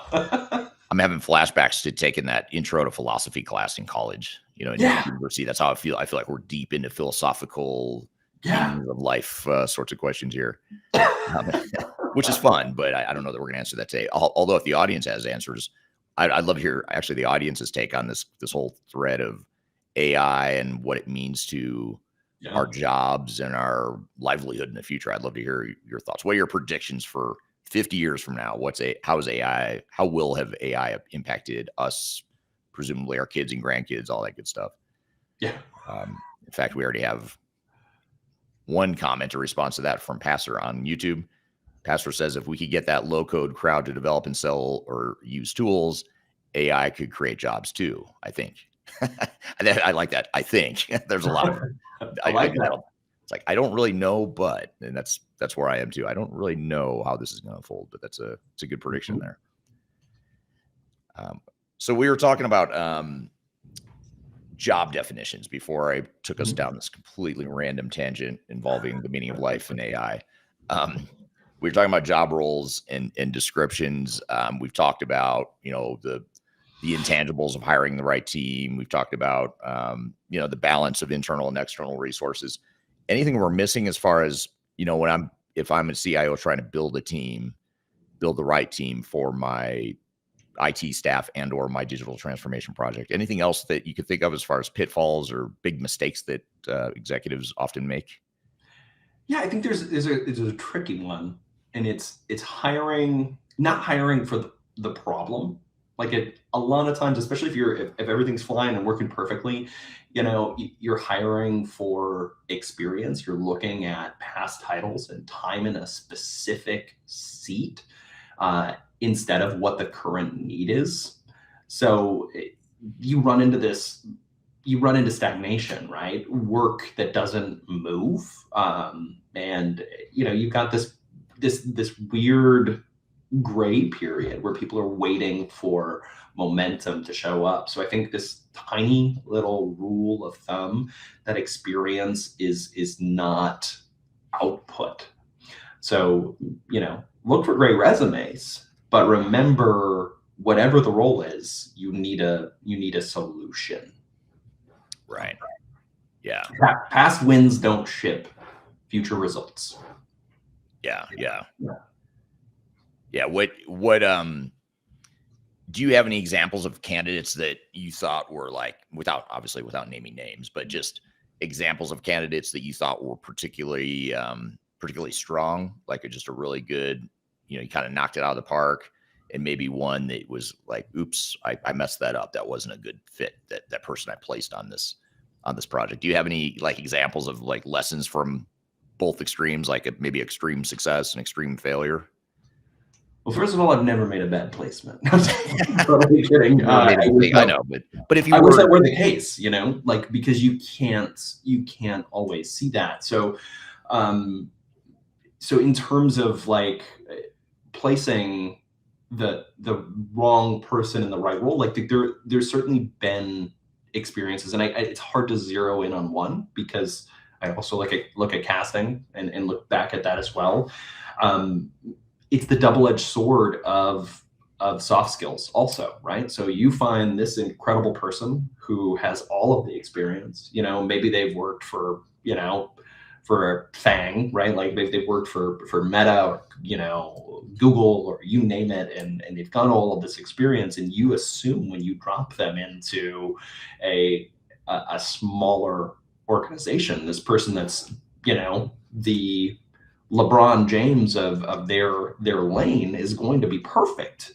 But sometimes, and maybe more often than anybody would want to admit, that isn't the right fit. You're just hiring like for past titles instead of those current needs. Like that's the trouble. But I've also, even more than that, seen somebody who, hey, like, we can see the impact that this person's going to create. We're in a call, we're in an interview, and they're workshopping with us right now. Like, oh, that's what you guys are working on. Well, have you tried this? Here's what I think you should do. Here's what I did in the past, and this is what that meant for us. Maybe you should just try that. Maybe just work it out. Like, when you find a little solution like that in an interview, and you've got somebody that's already thinking ahead to the results and thinking ahead to solution, like, that is perfect. That's what you want. So they both happen, and they both happen more often than just a perfect fit. I think the extremes are the rule in hiring. But yeah, I think both happen. And I'm sorry I don't have specific examples, because if I did, those people would know who I'm talking about precisely. Yeah, that's true. That's hard to completely mask the identity. Just in case they're listening right now. Yeah, they might be listening right now. Mm-hmm. Yeah, it's interesting. It did trigger another question, though, a follow-up, something you just said, and I lost it. It was not the best or worst hire. You were talking about, you were talking about the work situation where, like, you kind of observing how someone collaborates or how they interact, how they problem solve. When you're trying to find that right team member, trying to build out that team, is there a way that you can suss that stuff out, either during an interview or a mock situational analysis of, like, how is this person going to solve problems? How are they going to collaborate or not with my team, the rest of my team, to solve a problem or whatever? How have you seen that? Like, how do you get to that before you bring a person onto the team? It's actually easier than you'd think. And it's also something that a lot of companies are resistant to, and it's sharing problems. Like, you have to be vulnerable and share the problems that you have, so somebody can come in and show their technical brilliance. That somebody could come in and start showing you their beautiful mind, and here's how things work, and here's how we could fix things, and here's how, you have to open up and show all the warts and all the problems, so somebody can get excited about it. Like, I think so often, and we talked about this earlier, companies want you to look at this, here's this perfect place on a hill that we all work at. And, that's what we all hope to work at. But there are just as many people who look at things and they go, here are the problems. That excites me and I want to fix it. We are at our core as people who want to create solutions, who want to get to the other side of it and achieve goals, show problems, let people talk about them and fix them. And if somebody's not offering a solution, that's telling you a lot. Yeah. That's a great point. Yeah. Very cool. So if I'm a candidate or a leader that's trying to staff either my own internal team, or I want to bring in outside contractors to support a need or a project, tell us about how Lander Talent can help and how you help in those cases. How can they get in touch with you? What are the first steps? Maybe help give us an action plan here. What are our next steps? So landertalent.com, first and foremost, just make it your homepage. Just bookmark it. Let your browser open to that daily. But we've got a couple forms in there, one on the candidate side and one on the client side. Just let us know what you're looking for. I'm happy to grab a coffee with anybody and talk through what their needs are. One of my favorite things to do right now with Lander, and will probably always be the case, is you and I, Eric, on a cold call with somebody who's just like, hey, I need help. And just like, let's chat through it. Let's spitball. Let's, figure out what it is you need, where we can add value. And I think that's the beauty of our partnership and our ability to work back and forth between Lander and Third Stage is, we can bring a lot of different solutions. Hey, you need some consulting. Hey, do you need a team? Do you need internal resources? Do you need contractors? Like we can cover so much ground together, and that's something that I'm loving right now, and finding very rewarding in the work we do. Yeah, absolutely. And I think it's been a good, Lander Talent and Third Stage Consulting together are great because not only are we both agnostic, independent, we're focused on digital transformation, ERP, IT, all that stuff. But also, we've got call it the more higher dollar traditional consulting services that Third Stage provides, which isn't mutually exclusive from what Lander does. In many cases, clients want some consulting, but they also want to build out their internal team, or they want to bring in outside contractors that they manage themselves. And it's also, allows you to maybe not be as solely dependent on a large system integrator to get your resources. A lot of times the big SIs will convince you that, hey, you need us to manage your overall project, but you can also bring in your own contractors, your own people that you manage. Either you manage yourselves internally. Maybe they become permanent hires. Maybe they start as contract to hire or hourly contractors. So there's a lot of different ways you can navigate this and find the different resources you need to support your project.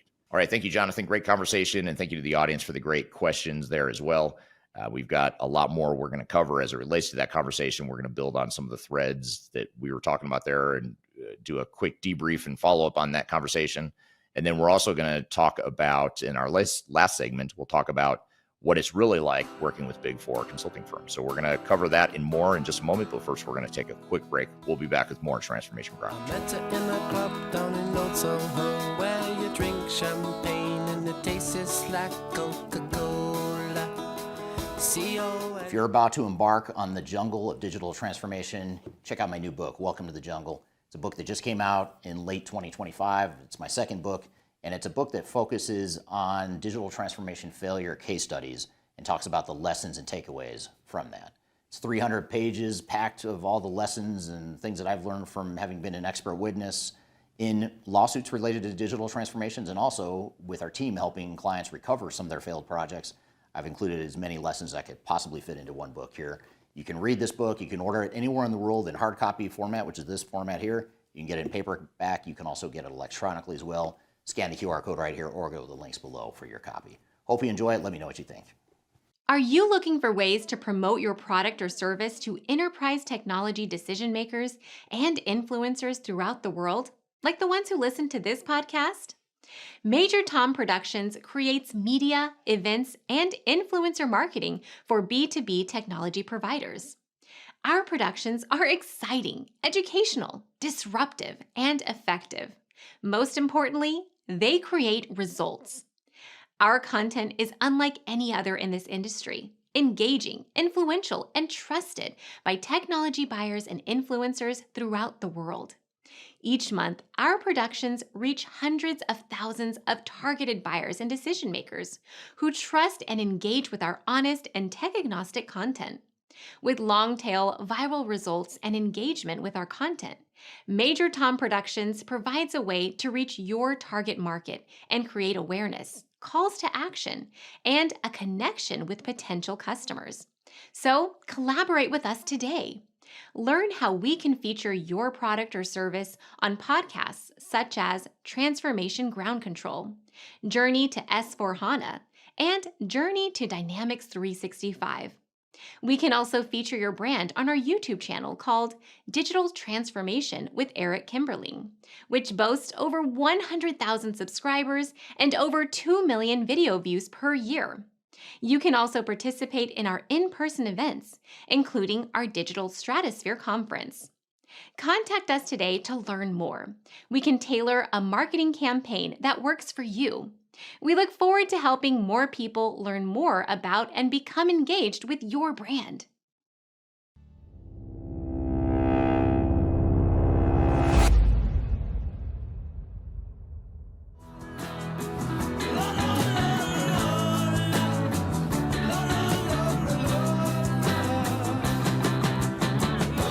Hello, welcome back to Transformation Ground Control, episode number 253. This is Eric Kimberling and Darian Chwialkowski.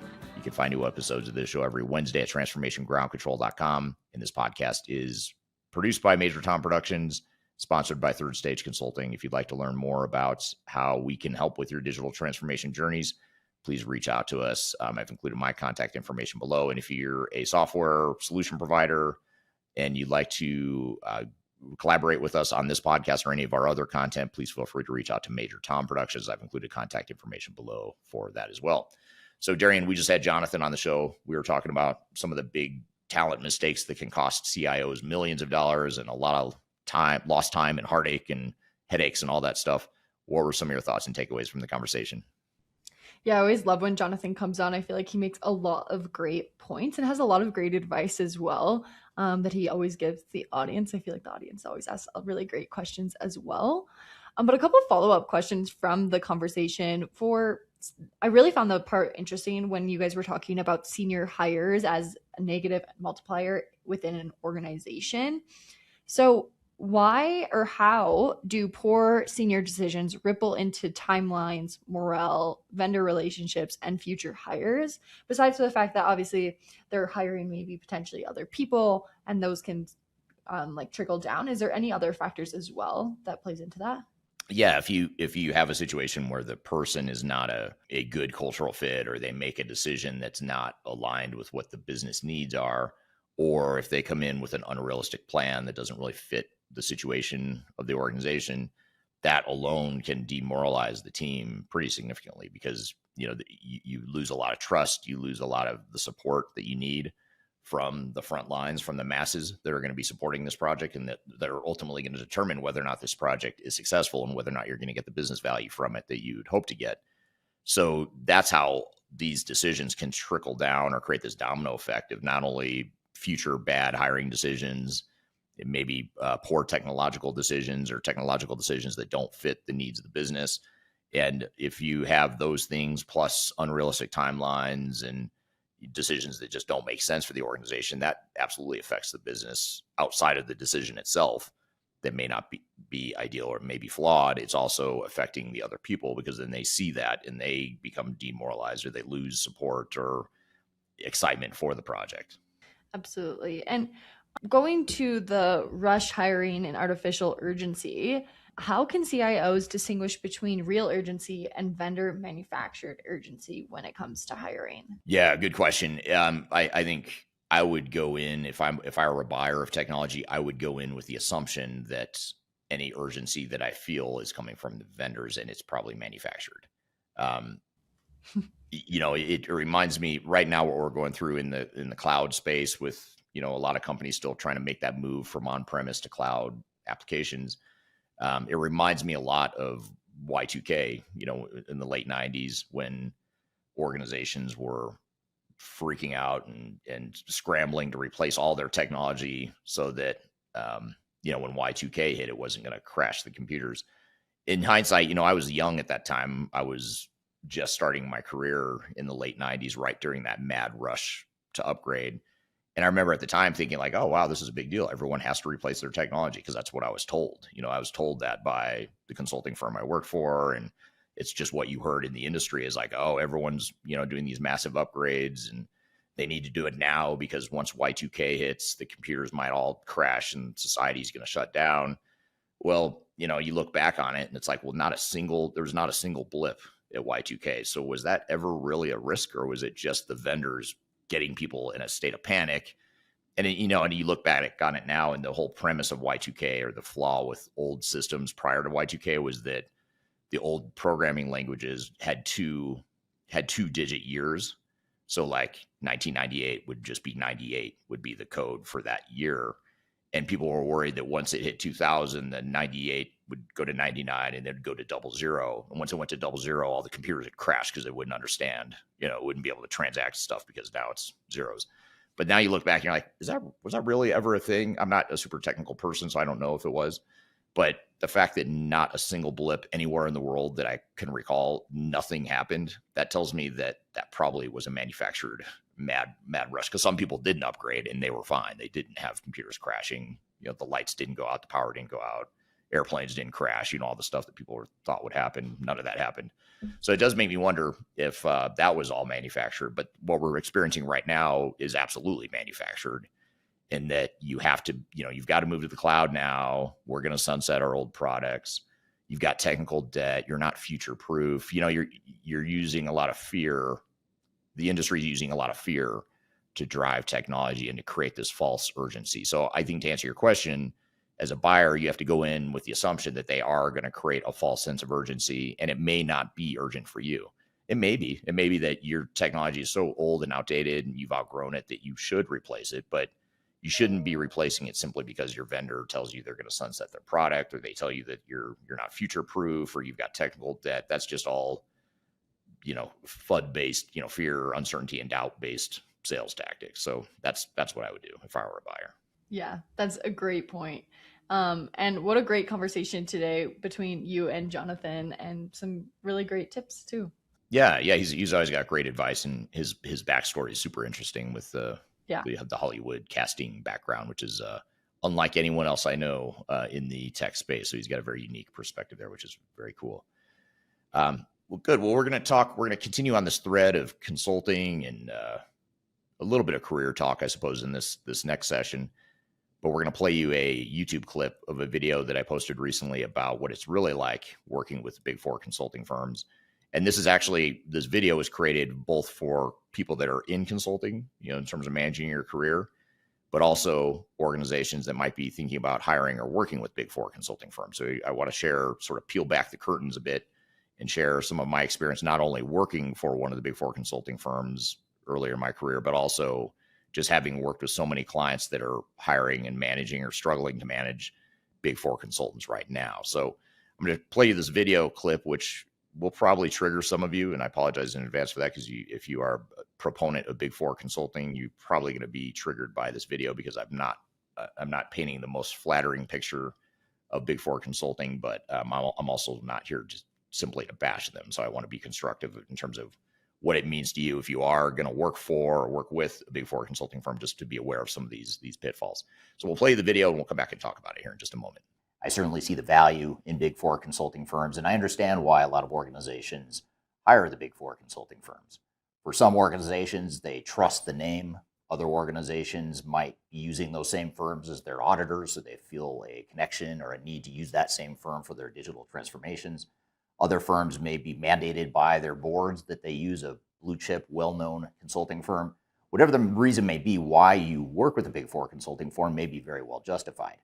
However, there's a dark side that most organizations aren't prepared for.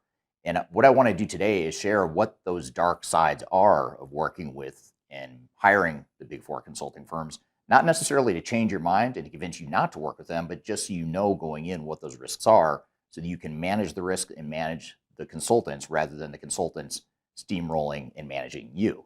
So that's what I want to do here today. And if you'd like to learn more about how to select and implement your system integrator, whether it's a Big Four consulting firm or any of the big system integrators out there, I encourage you to read our guide to selecting and managing your system integrator. You can find that by scanning the QR code right here, or you can go to the links below. The first thing to be aware of when working with the Big Four consulting firms is that they are in many cases wasting your money. The reason for that is because their job is to put as many bodies on your project as possible. Understandable enough, they're a consulting firm, they make money by billing by the hour. So of course, their economic self-interest is focused on making as much money as possible, as is every consulting firm, not just the Big Four consulting firms. The difference with Big Four consulting firms, though, is that the size and the magnitude and scale of the rate at which they burn through their client's budget and the client's money is unprecedented. It's big, massive numbers. So when you have these big, massive overruns involving a Big Four consulting firm, it's typically because of that, because of the big run rate and the large bloated projects that often come with it.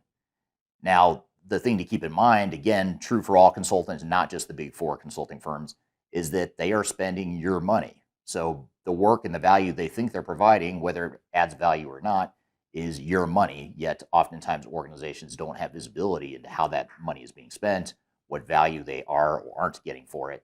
And I'm going to come back to that point later today in terms of how you can better manage that. But those are the key points to keep in mind, is that when you're working with a Big Four consulting firm, they're spending a lot of money, and that money is yours.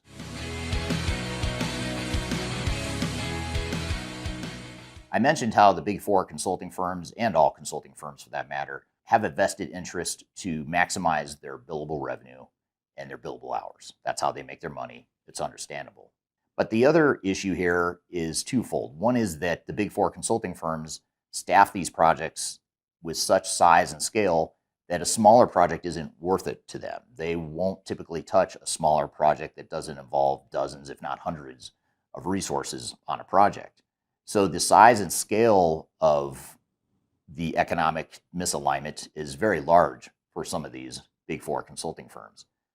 The other aspect to keep in mind is that the big four consulting firms typically have alignment with and loyalty to the software vendor or vendors that they are partnering with. So in many cases, they're receiving a cut of the subscription revenue that they're able to help sell, and their loyalties oftentimes conflict between the software vendor and the client. And so there are times where big four consultants are so myopically focused on their loyalty to the hand that feeds, which is in most cases the software vendor that they work with, that they can be blinded to what the client needs are.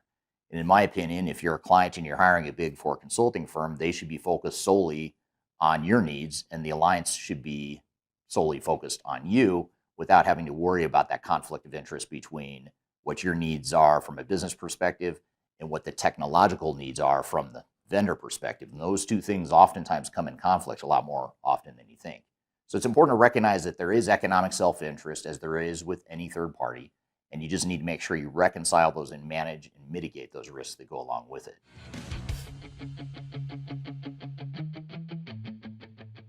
At the end of the day, the big four consulting firms are technologists.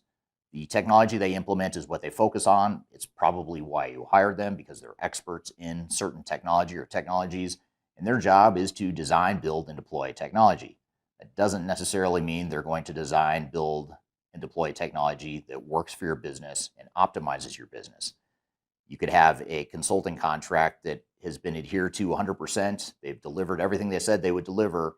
They did it on time. They did it on budget, although that rarely happens, but let's assume it does happen. And yet you could still end up with a dramatic failure on your hands, not because the technology doesn't work, but because it doesn't align with your business. Your people don't know how to use the software, and your operations come to a standstill, at which point, again, there's like economic self-interest here to where the big four consulting firm will actually benefit from the fact that you're harmed by this and having operational disruption, because you're going to keep them on board to try and fix the problem. So again, it's another perverse incentive where, whether they admit it or not, they actually benefit from you having trouble during your implementation, because the longer it takes, the more roadblocks you run into, the more they're going to benefit, because guess what? They make more money the longer the project takes and the more hours they sink into it. So it's important to recognize that their job is to deploy technology. Their job is not to ensure that your business benefits from the technology, even though they'll convince you that the technology itself will make you realize business value. But the technology itself is not going to be what delivers the business value. It's all the stuff that they typically don't do around change management, around process improvement, around architecture and integration to other third parties. All the other stuff that's typically outside the realm of what big four consulting firms are good at is typically what's going to make or break a digital transformation project.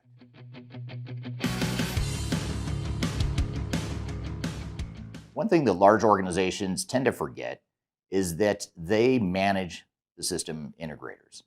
The system integrator, the big four consulting firm, does not manage the client. Yet, so many clients out there, so many organizations defer to a fault to the big four consulting firm.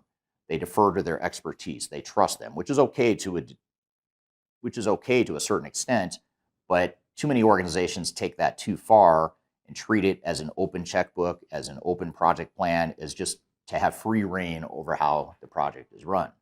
We recently worked with a large Fortune 500 organization based in the United States who agreed to let one of the big four consulting firms have ultimate decision-making authority over the project, which to me is absolutely unacceptable. That is not something that any organization should ever agree to, but this organization did. And this is a very sophisticated organization with very sophisticated procurement and legal counsel, and they still agreed to it.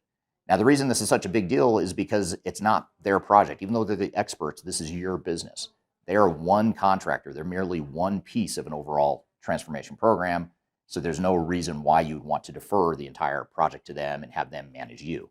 You should be managing them just like you would any other contractor, just like any other vendor, just like any other supplier. I can't think of a similar situation where an organization would bring on an outside vendor and just let that vendor handle whatever they wanted. Imagine building a building or a factory. You're not going to turn that over and hand it off completely to a third party without having pretty stringent controls and oversight in place. Yet, for a capital investment as big as a digital transformation, many organizations do exactly that. So just remember, you manage them, they don't manage you. And again, if you want to learn how to manage them better, be sure to download our guide to how to manage your system integrator. You can find that in the links below.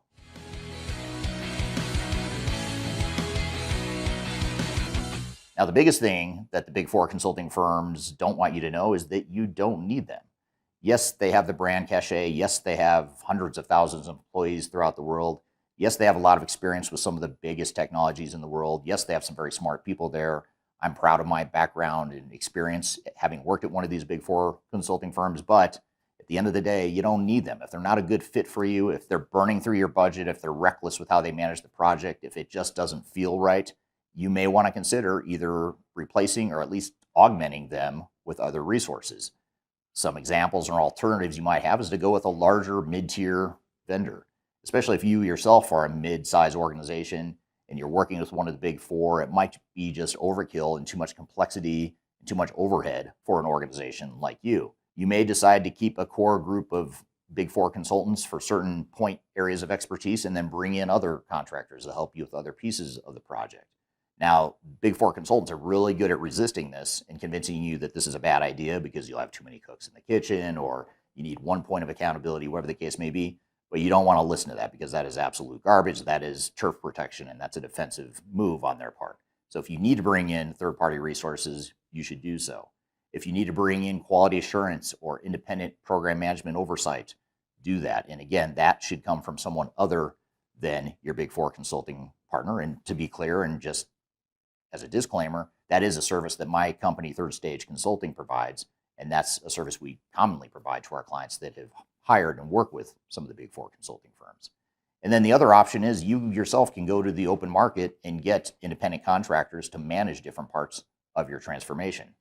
In fact, a lot of team members that work for these Big Four consulting firms are the same pools of contractors that we draw from when we're looking for technical contractors. And you yourself have access to those same people in many cases that the Big Four themselves would be deploying, except you don't have the middleman and you don't have all the politics and bureaucracy that goes with hiring them through the Big Four consulting firm. So just remember, you don't need them, and you certainly don't need to rely solely on them. It may be that they're a good fit for you, and if they are a good fit and it's working out for you, then great, stick with it. But if your gut is telling you that something's off, then I would go with that and maybe dig and explore into what your options may be. So, Darian, that was the video for my YouTube channel where I talk about what it's really like working with Big Four consulting firms. What were some of your thoughts, takeaways, questions, comments from that video? For sure. Yeah. I think, first of all, I really liked the video, but the part I really liked about it was when you were talking about the truth they don't want you to realize is that you don't necessarily need them. I think that's something interesting that a lot of businesses out there don't really recognize. So us continuing to get that message out there, I think is super important. And I think with that, Eric, what are the first signs that a Big Four team is body stacking versus solving problems, and how can leadership measure or catch that early? Well, I think the first place you have to look is what does the initial phase or the initial staffing of the project look like, the proposed staffing from the Big Four consulting firm. I think what you'll commonly see when you work with these firms, and what we see our clients struggle with all the time, is that the big consulting firm, they, first of all, it's all relative. So they have to, every project has to be a certain size. Like they're not going to mess around with a project where they're only going to put one or two people on it. That's not what the Big Four consulting model is. Their model is to put dozens, sometimes hundreds of people full-time on a project. So that's their going in mindset. And so if you start a project, and let's just say you just signed a contract with, let's just say SAP, and you decided you're going to go through an S/4HANA implementation. If the first order of business is for a big army of consultants to show up, in the next couple of weeks or right when the project starts off, that's a red flag, because what they do is they come in and they overwhelm you with numbers, just strength of numbers of people, and it gets really hard to control. And that run rate, that financial run rate, becomes so out of control so quickly that you're just wasting money from day one. Because usually, if you have a team of, let's say at its peak, you're going to have 50 people on the project. First of all, you have to ask, do I really need 50 people? But let's just say 50 people is the right number. It might be the right number at the peak when you're deep into design, testing, building, all that stuff. But do you need all 50 people to show up on day one? What are they going to do for the first 2 months of a project while you're still trying to figure out, who's going to be on your team internally, and you're still trying to map out, future state processes. You're trying to figure out what your overall strategy and plan is. Now they're tell you like, oh, don't worry about that. That's why we're bringing 50 people to show up tomorrow, because we're going to do that for you. Well, I would say, hold on, time out. Let's rationalize who we bring on and when we bring them on, because we don't need to blow our budget in the first 2 months when they're idle and not being productive.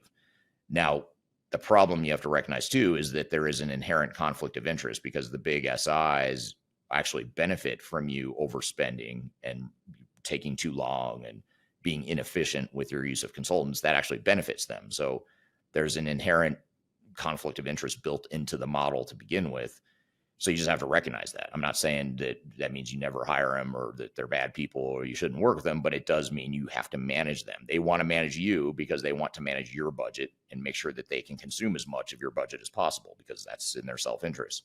So you just have to recognize that tension and that misaligned goals that are set up from the start, and you just have to have a strong stomach and have the confidence to be able to manage through that. For sure. And last question here. What is the fastest way to bring in an independent QA without starting a war during these projects? Yeah, great question. And first of all, you have to ask yourself, why would that create a war? And that's the thing I'll ask our clients a lot. Like, why are you worried that this will create conflict? If we do a QA for a client and we identify challenges and risks and problems in the project that need to be mitigated in order for that client to be successful, why should that be a threat to anyone? And the fact that it might be a threat to someone, you have to wonder, well, why? Why is that? What is the motive that drives that? And the reason for that is because, oftentimes, especially the big four, and a lot of the bigger consulting firms are guilty of this as well, is that they're very territorial and they think that's their project. They are the experts. It's all about their technology that they're deploying, and all the money and focus should go to deploying that technology. And again, it's that inherent conflict of interest. The minute someone comes in with an objective quality assurance framework that calls out, hey, these things aren't being addressed, or maybe we need to focus less time on technology and focus more on change management or more on the overall PMO, you're taking control away from the SIs and you're putting it back with the customer, which in my opinion is where it belongs. But that is a threat to the big four consulting firms. And they're really good at navigating politically to keep independent and objective QA out of the picture, to where they end up being the fox guarding the hen house. Like, they will tell you if there's a problem, but spoiler alert, they're not going to tell you when there's problems. It's in their best interest to hide those problems, because they're very political. These big organizations are very political animals, and they will CYA. They'll cover their own asses to make sure that they don't get fired, and that they don't lose their gravy train or their cash cow of a project, which is your project and your budget. So that's the first thing. Ask yourself, why would this create a war, and what's the motive behind it potentially creating a war? But also, the way we approach these projects too is you can't be too combative and you can't be personal. So like, if Darian, if you were working for a big four and you were the project manager, I'm not going to come in here and say, Darian, you suck. And they need to fire you or whatever. It's not that. It's like, there are a number of issues in this project. Here are the risks. Here's what it means to the project. And here's how we recommend you address those. It's rarely going to be a situation where it's like, get rid of the big four, or get the PM out of here. Sometimes it is. I mean, sometimes you have incompetent people in these firms, in any firm you might hire. And that may be the case, but that's more of an exception. So I think the way you go about it, and having the right consulting partner, the right QA partner that can go in a non-threatening way, in a non-personal way, to be objective and just help you succeed. You just need someone that's their only job, their only purpose is to help you succeed. Then that shouldn't create a war. And if it does, you have to ask yourself, why is that? Yeah, absolutely. What a great podcast episode today. I feel like we covered a lot of different topics. Yes, we did. And hopefully we solved all the world's problems in a single episode here today. I don't think we did, but we tried. hopefully you got one step closer to at least. So good. Well, thank you for co-hosting again, as always, Darian. Thank you to the audience for the great questions. Thank you to Jonathan Whipple for being here. Again, if you'd like to learn more about Lander Talent, speaking of Jonathan, you'd like to learn more about him, we'll tag him below with the website. Go to landertalent.com if you want to learn more about how Lander can help you staff your project and build out your team, and or if you're a candidate, if you want to be staffed on a project, reach out to him as well. It's landertalent.com. You can also follow him on LinkedIn as well. And of course, as always, you can reach out to me if you'd like to learn more about Third Stage or Lander, because I'm affiliated with both companies. But Third Stage Consulting is more of a traditional consulting firm that does independent tech agnostic consulting for digital transformations. You can reach out to me with my contact information below. But in the meantime, we'll have new episodes every Wednesday, same time, same place. Go to transformationgroundcontrol.com if you'd like to see past episodes. And I hope you have a great week in the meantime. We'll see you next week on the next episode of Transformation Ground Control. Take care.